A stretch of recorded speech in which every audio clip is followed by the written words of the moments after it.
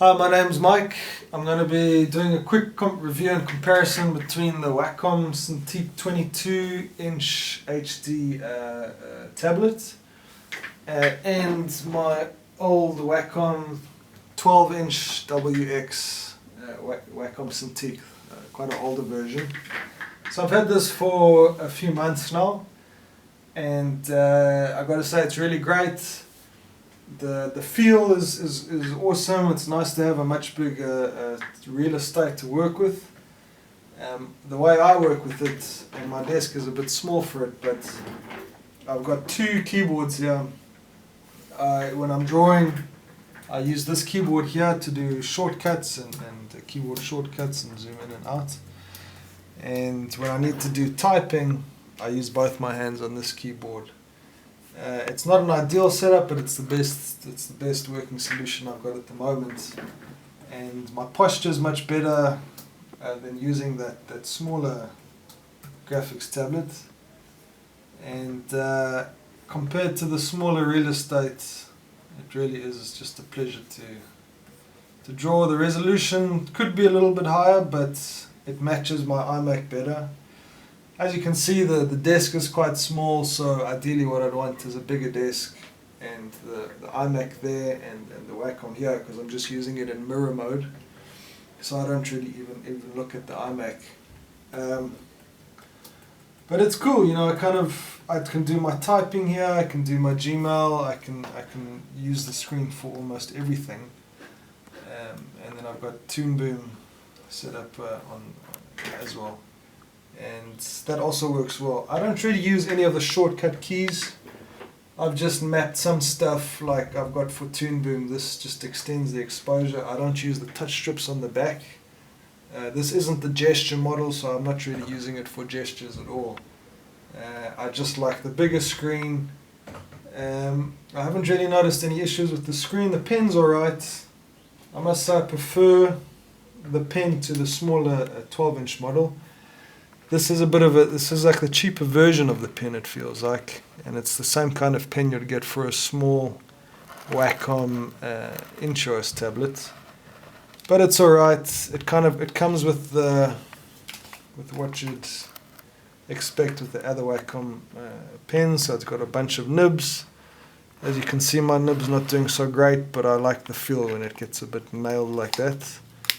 And this is the pen for the older version, the 12-inch, which I prefer quite a bit more. In any event, let me just show you the older version here. This is what I used for years. It's a 12-inch version. Some of the downsides for this, and I mean this is when the Cintiqs first came out, so I got this quite soon after it was announced. It was imported. It's quite a small screen, so it's alright for traveling. You know, I fitted into this laptop case. Downside is it's just got a stack of stuff that you got to take to plug it in. You got your power block, a DI box, the cables that you need for it, and it's slightly unwieldy. So at least with the newer versions, there's not as many cables. It's a little bit neater. Not that I'm going to move that 22-inch away from the desk. It's I've even got a security cable locking it to the desk, so I'm not going to travel with that. And this tablet, you can't, I mean, that's pretty much, that was the lock position, it's the standing position it's got. There's no intermediary positions, because as soon as you do that, it slides, the tablet slides on the desk. So I kind of came up with some temporary solutions of tying a piece of string here to just keep it at certain angles.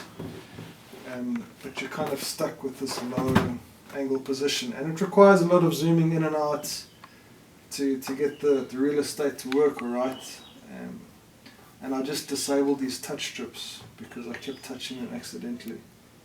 But the pen's nice, and if you're watching this and considering upgrading from something like this, it's a super pricey upgrade. The larger models are expensive, they're an investment. But it's chalk and cheese. So if we just go back to this model here, some of the nice things about it are there's some levers at the back here which you can pull and adjust the angle as you need it, which I find super helpful. And you can get it, I kind of adjust it throughout the day as I need it. If I need a bit more working space, I can put it right up here and do some typing. It feels pretty robust. There are touch strips at the back which I just don't use. All my keyboard shortcuts, or all my program shortcuts I use on the keyboard. And in terms of the plugs, what you get here, if you can come around the back somehow, is this thing kind of is separate to the stand, and the plugs all come through the back. It's quite a good solution they've come up with here. So these never get graunched. On my old Cintiq, the smaller one, the cable has got graunched quite badly. The result is that the screen often goes this red tinge because I think the RGB cables or the DVI cables have been crimped. So everything's pretty straightforward. This goes into a power box on the bottom. If you don't lock the screen to the stand, it can rotate. Not that I really use that. And then I've got a security cable coming out of here, which just locks it to the desk. Yeah, I would say 9 out of 10 for this tablet. It would be nice if the resolution was a bit bigger, and I can imagine even having a bigger one. It could be quite nice. It would be nice if it was the same. This is a 27-inch monitor, and I can imagine that would be cool. But for my needs, this is really great, totally worth the investment. And I was thinking about a Wacom Companion, I think a 13-inch, which would have been a little bit smaller. And yes, it would be nice to be portable, but if you've got like a home studio where you're not going to be moving around so much, absolutely, I think it's a great product. Haven't had any issues with it. A nicer pen would be cool, but kind of splitting hairs. Thanks so much for watching, and remember to like, subscribe, and that'll be nice. Thank you. Two other things about the Wacom 12-inch. When I first got it, it warms up quite a lot and the screen gets hot. So my hands got a bit sweaty and it stuck to the screen. So I was actually going to sell it. It wasn't a nice feel and it wasn't smooth. Even when I put my hand on it now, it's a bit sticky. And then I got this thing called a Smudge guard glove, which was $10 from the States. Even in South Africa, they post it to you in a small envelope. There's no real other costs involved. You can pay with PayPal. And it looks like a neoprene glove, and it just fits on your last finger like this, and this made all the difference. And then I enjoyed the tablet much more. The motion's a lot smoother. It doesn't stick. You could really get very smooth motion just with this tiny glove. And I tried making my own, it just wasn't the same. And then I got this other Smudge guard glove, which fits over 2 fingers, because this finger sometimes rested on the screen and would get a little bit stuck. So for the cost, it looks extremely simple and something you can make at home, but they've done a great job, so it's well worth the investment. The other thing I wanted to talk, and by the way, I don't use these gloves for the 22-inch. For some reason, the glass on the 22-inch feels much better, and I don't think it heats up as much. So for whatever reason, I just don't use these gloves anymore.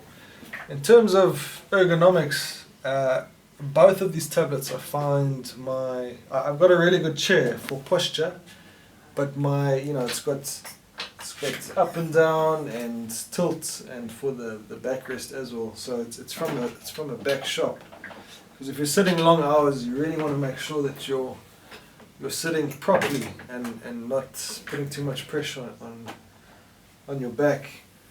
Still though, with the tablet, especially with using keyboard shortcuts, if I spend the whole day drawing,